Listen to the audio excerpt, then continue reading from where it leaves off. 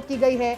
ऐसी कोई हरकत जो कि आतंकवाद को प्रमोट करती हुई आतंकवादियों को पनाह देने की जानकारी अगर सामने आई तो फिर वो एक्ट ऑफ वॉर होगा। और फिर आप सभी जानते हैं कि वॉर की स्थिति में क्या होता है, जो मजबूत होता है वो कमजोर देश का, बुज़दिल देश का क्या हश्र करता है।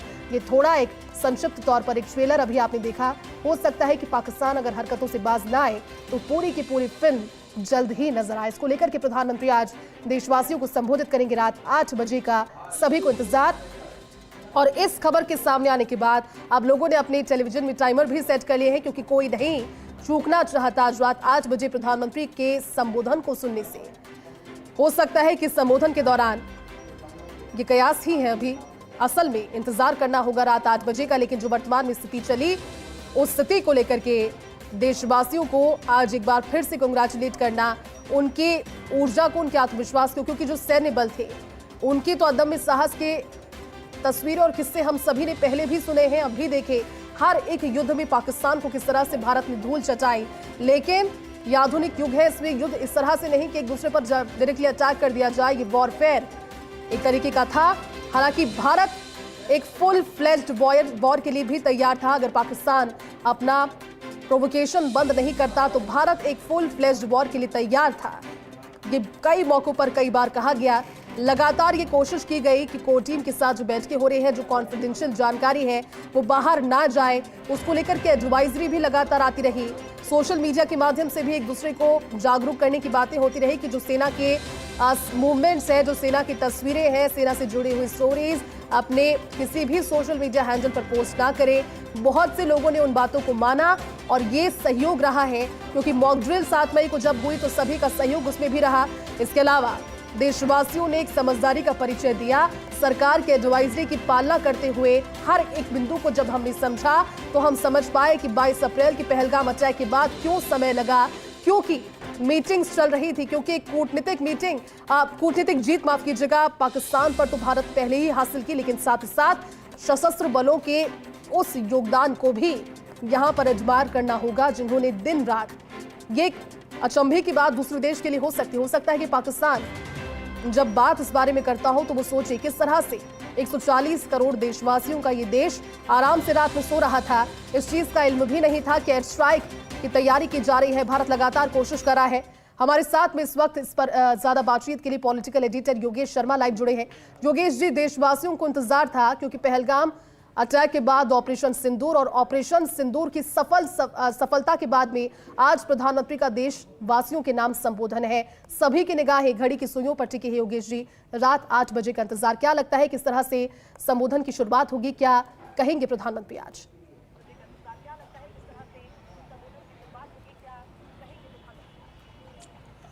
देखिए जयती, पूरी दुनिया में महानायक के तौर पर प्रधानमंत्री नरेंद्र मोदी को देखा जा रहा है। और जिस तरह पाकिस्तान पर अटैक किया गया, एयर स्ट्राइक की गई, पाकिस्तान में आतंकियों के जो गढ़ हैं, उनके कैंप्स हैं, उनको नस्तानाबूद किया गया। पूरा देश इस वक्त इसी बात को लेकर सेना के अदम्य शौर्य और साहस की प्रशंसा कर रहा है। और प्रधानमंत्री रणनीति का भी प्रशंसक इस देश के देशवासी इस समय कहा जा सकता है कि बहुत बड़ा, इस बारे में कई तरह की बातें आई जब सीज फायर किया गया, लेकिन जयती सबसे बड़ी बात ये थी कि प्रधानमंत्री ने जो काम करना था, जो उनकी टीम ने जो करके दिखा दिया, और जो सेना को खुली तरह से कहा कि आपको पूरी छूट है कि आप दूसरे आतंकी देश में जाकर वहाँ पर आतंकियों के कैंप्स को नष्ट करें, तो पूरी छूट उन्होंने दी। और इसका नतीजा ये निकला कि पूरे देश के अंदर एक अलग तरह का वातावरण बना। हमारे साथ प्रमोद वशिष्ठ जी हैं, हमिद मेवाती जी भी, हम उनसे बात करेंगे। प्रमोद जी, आप प्रधानमंत्री का राष्ट्र के नाम संबोधन है, क्या कहना चाहेंगे? देखिए, आज रात्रि में 8 बजे प्रधानमंत्री पहली बार आतंकवादियों के ऊपर जो प्रत्याशित विजय प्राप्त करी है सेना ने, उसके ऊपर राष्ट्र को संबोधित करेंगे। और बहुत अच्छी बात है, जिस तरह से पाकिस्तान ने आतंकवादियों का सहयोग करके और सेना को उतारा था उनके साथ में, और हमारी सेना ने जिस तरह से उनको जवाब दिया और जिस तरह से उनको हराया मानो, या उनको मौत के घाट उतारा, ये बहुत बड़ी बात है हमारी सेना के लिए। और सेना ने बराबर ब्रीफिंग करी है कि अब क्या हुआ, कल क्या हुआ, आज क्या हुआ, दोपहर में क्या हुआ। ये पूरे राष्ट्र को उन्होंने बताया है कि सेना ने किस तरह से उनका मुकाबला किया। वो जी सीज फायर की बात, ये बात उठी थी कांग्रेस कह रही है सर्वदलीय बैठक बुलाई जाए।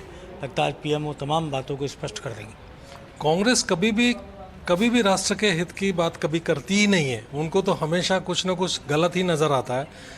पहले उन्होंने सबूत मांगे थे, अब की बार वो ये कह रहे हैं सर्वदलीय बैठक बुलाओ। सर्वदलीय बैठक पहले बुलाई गई थी ना भाई, पर वो बुलाने के बाद में भी तो संसद बुलाने की मांग कर रहे हैं। नहीं, सर्वदलीय संसद बुलाने के बाद भी अभी ऐसा कोई विषय नहीं है। राष्ट्र के नाम संबोधित कर रहे हैं। आज प्रधानमंत्री अपनी बात पूरी रखेंगे सबके सामने, सब सामने आएगा। प्रधानमंत्री मोर्चे के अध्यक्ष हामिद मेवाती भी हमारे साथ हैं। हमें जिस तरह का घटनाक्रम है, प्रधानमंत्री ने आज संबोधन उनके सब लोगों की निगाहें टिकी हैं कि प्रधानमंत्री देश के नाम क्या कुछ कहेंगे। देखिए, माननीय प्रधानमंत्री जी जो देश का गौरव हैं, उन्होंने सेना का जो मनोबल बढ़ाने का काम किया है और उन्होंने कहा कि आतंकवाद को हम ख़त्म करेंगे। आतंकवाद को ख़त्म करने का जो उन्होंने जनता से वादा किया था उसको ख़त्म करने का काम किया। जो ऑपरेशन सिंदूर के माध्यम से हमारी सेना ने जिस तरह से हमारे पड़ोसी मुल्क में जो आतंकवादी रह रहे थे उनको मिटाने का काम किया और माननीय प्रधानमंत्री जी ने हमारी सेनाओं का मनोबल बढ़ाया है। इस बात को लेकर पूरे देश के अंदर बड़ा उत्साह है और हम भी माननीय प्रधानमंत्री जी का आभार व्यक्त करना चाहते हैं। और माननीय प्रधानमंत्री जी आज देश को संबोधित करेंगे तो हमें लगता है कि देश की जनता ने जो देश की जनता से माननीय प्रधानमंत्री जी ने वादा किया था उस वादे को पूरा करने का काम माननीय प्रधानमंत्री जी ने किया। एक जो बात की जा रही थी खास तौर से कि अब तक प्रधानमंत्री सामने नहीं आए थे, ये पहला अवसर है जब प्रधानमंत्री आके बोलेंगे, तमाम बातों को रखेंगे। अब तक सेना के लोग ही कॉन्फ्रेंस कर रहे थे और बता रहे थे किस तरह पाकिस्तान के खिलाफ कार्रवाई की गई। देखिए, माननीय प्रधानमंत्री जी ने जो टीम हमारी माननीय प्रधानमंत्री जी की, उन्होंने पूरा मैनेजमेंट के हिसाब से काम किया और सेनाओं ने जिस तरह का सेना का जो मनोबल पहली बार माननीय प्रधानमंत्री जी ने बढ़ाया, उनको खुली छूट देकर कि जो हमारे जो विपक्षी हैं, जो हमारे आतंकवादी जो देश को बर्बाद करना चाहते हैं, उनको कैसे ख़त्म किया जाए, माननीय प्रधानमंत्री जी ने पूरी छूट सेना को दी। सेना का भी हम धन्यवाद देना चाहते हैं क्योंकि पूरी देश की जनता ने उनके लिए दुआएँ की हैं और सेना ने भी देश का गौरव बढ़ाने का काम किया। आज माननीय प्रधानमंत्री जी स्वयं, क्योंकि इससे पहले हमारे जो सेना के अंदर भी हमारी जो बहनें हैं, उन बहनों ने देश को संबोधित करने का काम किया, ब्रीफिंग दी। एक जो भी घटनाएं हुई उनके बारे में हमारी जो दो बहनों ने जिस तरह से देश को संबोधित किया, ये पहली बार हो रहा है। ये माननीय प्रधानमंत्री जी ने कि हमारी बहनों, उसमें भी एक मुस्लिम समाज की हमारी बहन को आगे बढ़ाने का काम माननीय प्रधानमंत्री जी ने किया। हम उनका आभार व्यक्त करना चाहते हैं, उनका धन्यवाद देना चाहते हैं। आज देश की जनता को जब माननीय प्रधानमंत्री जी संबोधित करेंगे तो निश्चित ही बताएंगे कि जो उन्होंने देश से वादा किया था उस वादे पर हमारी सरकार खरी उतरी है। माननीय प्रधानमंत्री जी जो देश के नहीं पूरी दुनिया के सबसे शक्तिशाली नेता हैं, उन्होंने जिस तरह का काम किया है, देश की जनता उनका आभार व्यक्त करती है।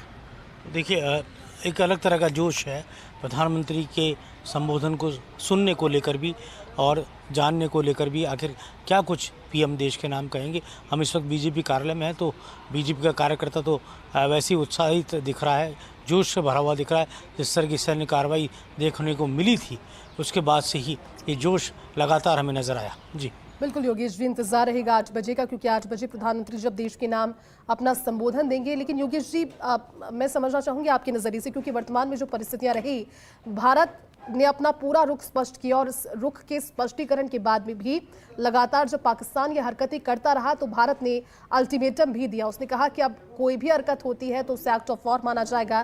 क्या आज संबोधन में प्रधानमंत्री नरेंद्र मोदी देशवासियों के उस विजन की सराहना करेंगे जो सैन्य बलों के साथ समन्वय स्थापित कर भारतवासियों ने भी की? क्योंकि एडवाइजरी जब की गई, मॉक ड्रिल से लेकर के हर एक एडवाइजरी का सीमावर्ती इलाकों से लेकर हर एक देशवासी ने पालन किया, तो देशवासियों को भी आज कांग्रेचुलेट करने के साथ उनकी सराहना कर सकते हैं प्रधानमंत्री। ये सिर्फ हाइपोथेटिकल बातें हैं, हो सकता है कि कोई और बात करें, लेकिन इस पे क्या टेक है आपका, क्या लगता है आपको?